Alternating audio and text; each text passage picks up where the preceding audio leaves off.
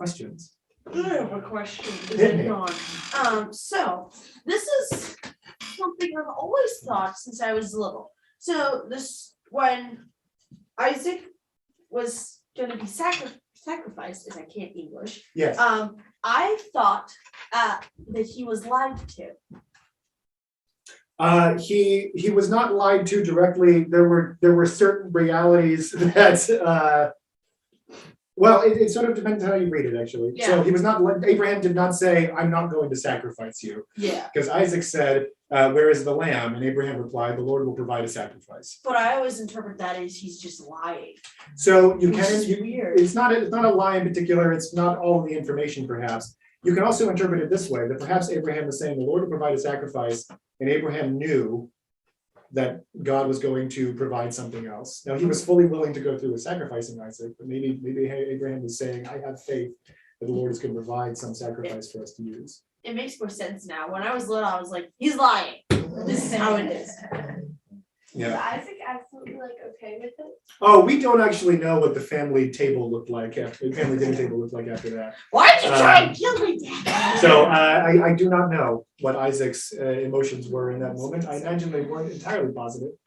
But it's speculation at that point. It doesn't say, and Isaac protested vehemently, or Isaac was cool with it.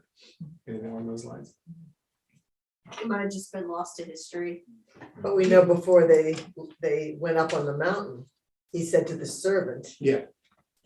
I and the boy are going to go up and worship God, and we will come will down. come back. Yeah, Oh, yeah. yeah, that's true. Yeah. Abraham says that to his servants, yeah. Yeah. This is true.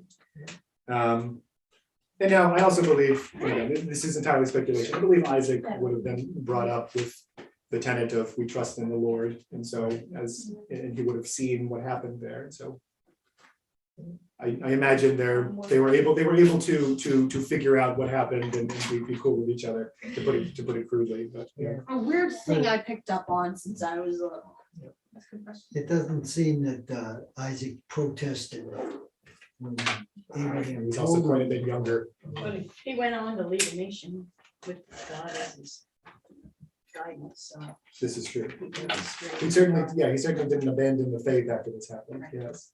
Yes, Ken. Well, my input on that is that, I mean, I was brought up thinking Isaac was a kid, but he was actually grown Mhm. in his 20s, I think, when My this took notes says place. he's in his 20s. So Oh, yeah. what was Abraham at this point, like 100 and something years old? Yeah, but filled with the spirit, So if you look at someone in their 20s and 100 and something years old, how's he gonna get Isaac bound? They certainly didn't wrestle. True. Isaac had to lay down willingly.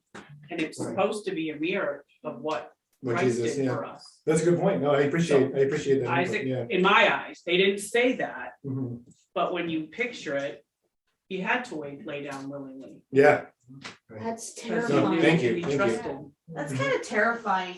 I have a lot of fear-based things. So if that was me, I would be completely petrified. I probably would just freak out, start crying. That's where faith comes in, right? But so often, a person who is hailed as a hero is someone who puts his life on the line to save someone else.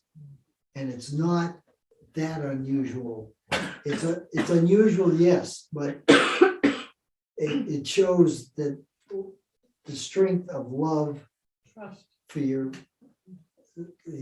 it could be a family member, it could be someone you don't even know. Mhm. But that gives you the strength. God gives you the strength.